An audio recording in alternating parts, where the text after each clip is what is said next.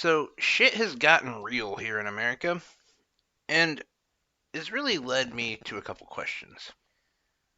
As Donald Trump addressed the nation last night to talk about the coronavirus and the spread of it, um, my first question has to start with him, and that is, where's the deep state? You've talked about the deep state, and if you are on the left, you're like, well, the deep state, that's a Trump conspiracy theory. No, it's not. The deep state exists. And the deep state has existed for a very long time. Their whole purpose is to kind of keep a continuity about the government, a backbone in between for presidents to transition in and out, and to kind of guide the way. I mean, the deep state really does control how a lot of our country is ran. Um, but where are they? Because they've had a plan for this. Maybe not specifically for the coronavirus, but we've been in a Cold War for what, 2 decades between 1960 and 1980, the mid 80s. I mean, they've been preparing for an outbreak. So what happened to those plans? Yeah, those plans are like 30 years old, but they could be updated. And we've paid billions of dollars for them to do just that. We have paid billions and billions of taxpayer money for them to have a plan. Where's the plan? What have they been doing with our money? Why aren't they being held accountable? And look, I get it. The lowest hanging fruit, it's often juicy looking, and it's easy to go after Trump. And look, he also should, in some ways, take some crap for this, but so should the deep state. So should the people whose job it was to prepare for this. Because again, it's been an our like our money has come from that. And yeah, we have nothing to show for it. And then, yeah, now the blame on Donald Trump. So I'm left wondering after his address to the nation, why do they keep going to Wall Street? Why do they keep going to the economists to figure out all of their problems? And why do they believe that Wall Street is going to say anything different than give Wall Street more money? I mean, I've never met with Goldman Sachs, but I can tell you that they're going to want more money. That's going to be their answer. That's what's going to fix everything. Give them more money. And so we introduced this payroll tax. This payroll tax cut, which, by the way, payroll tax is what funds Medicare, Medicaid, and Social Security. So how long can we have that cut before it affects them? What are we going to do about that? And from what I've understood, taxes are pretty tight. There's not a lot of moving around. So, a month? Does that even matter if we do it for a month? Is it going to affect anything for a month? Well, it will. It'll affect the rich and the 1%. They'll do better. Um, and then today, the Fed injected $1.5 trillion into Wall Street. That $1.5 trillion, by the way, how are they going to pay for it? Could have went into something like free college and debt forgiveness in college for the next decade. But no.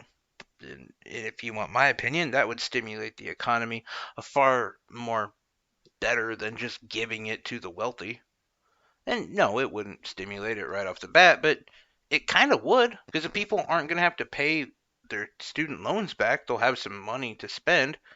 And then the glorious thing is, in about 5 to 10 years, a lot of people are going to be hitting the job market who are really qualified to do things like, I don't know, make cell phones, which will get to my other issue there. But what we have right now is an administration who is focused only on the economy side of it. He has done, I guess he was in talks with the healthcare industry about covering the copay for the tests. And he did, at first, he actually said for the tests and the treatment, and then the healthcare system or healthcare companies were like, no, we're not covering the treatment. I have no idea what is covered or what isn't. I'm sure that depends on your own healthcare plan. But which is great if you have insurance. At least the copay is covered, so you're more likely to go get tested. But what about for the 45 million Americans who don't have health insurance? Because we're seeing numbers anywhere from $700 to $3,000 to get tested. Knowing that you might lose your job or you're going to have to, you know, hoard your money for at least a month, are you going to go pay $1,000 to get tested? I doubt it. I don't blame you because I wouldn't either. Most of us can't go that long without any sort of money. Some of us have some stashed away, but there's a lot of people who don't because they can't. When you basically finish paying bills and paying for what it takes to survive in America, and you have $5 left, it's really hard to just stash that away for something bigger and better. The Trump administration needs to figure out what is going to help the people instead of what's going to help the economy. Because, see, if he takes care of the people are going to continue spending. And then they're going to help the market. And they're going to restabilize the market. And his precious Wall Street will be saved. See, it's really not that hard. In fact, you could implement a UBI for like 3 months. It's stable. Everything would be stable. There's your fix right there. $1,000 to every family. Is it a lot? No. But will it help? Yes, quite a bit. And for a lot of families, it could give them that confidence to spend more money. Say, hey, we're just going to have a staycation. It's going to suck. We're going to be at home, but hey, we're going to get $1,000 for the next 3 months every month. Again, it's still poverty numbers, but it's better than nothing. It's better than I'm not going to be able to pay my rent. Or in a worse situation, and what's more likely is people are going to be able to survive on not having income for 3 months. But then they're going to have to start paying that money back. And then they're going to have to pay their current bills. And then you're going to see a lot of people homeless. And by the way, experts are saying that the coronavirus would come back again this fall, even more aggressively. The point, I guess, I'm trying to make is, as much as we've debated about our healthcare system and our economy, one thing that's clear is there are two giant paper tigers. They're weak. I've seen the argument so often that, God, if we would have voted Bernie in 2016, we'd be doing a lot better right now. And it's true. We would. And yeah, there's a lot of Americans right now who are going to give me pushback, but wait a year. Didn't tell me that. I mean, the economy as it was has been peaking up. Trump did nothing to change it. He may have directed it one way or the other to go a little higher or a little lower. In a lot of ways, a little lower for some of the things he's done. But it was already going up. Bernie would have put in Medicare for all, and most of us wouldn't have to worry about this. It does speak, though, to a UBI, which is something I do think we should think about. Because if we did have a UBI, we wouldn't be looking at situations like this as being as detrimental as they are. And the panic that's coming. Yes, I think there's a significant amount of people panicking because they don't want to get sick. They don't want to potentially die. And that's a huge one. But a lot of people don't think they're going to die. And most people, I saw a documentary about people that have cancer, and like over 70% of them think they're going to beat it. Like 70% of people who have stage 4 think they're going to beat it. So even when you're looking down death's door, most people don't think you're going to die. If you're the ages between 10 and 50 and you see that you have a 0.2% chance of dying from the coronavirus right now, you don't think you're going to die. So it's not what's making you nervous. What's making you nervous is the fact that everything's canceled. every get together, every large group of people has been canceled or suspended, and you might have to stay at home yourself and not get paid. You could be laid off essentially for a month, 2 months, 3 months. We don't know how long. It's more that's making people nervous. So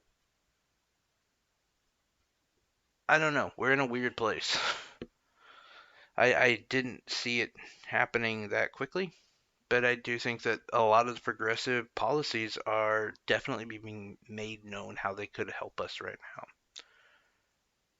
now. But I'm curious what you guys think about it. What are, I will say that I think that in a lot of ways we're being cautious, and that's good. It's really good to be cautious about it. I don't know if it's gonna be as bad as what some of us think. There's conflicting reports. Well, if we want to compare it to Italy, Italy had the same numbers we do right now. They had those 2 weeks ago. And right now, doctors in Italy are deciding who lives and who dies.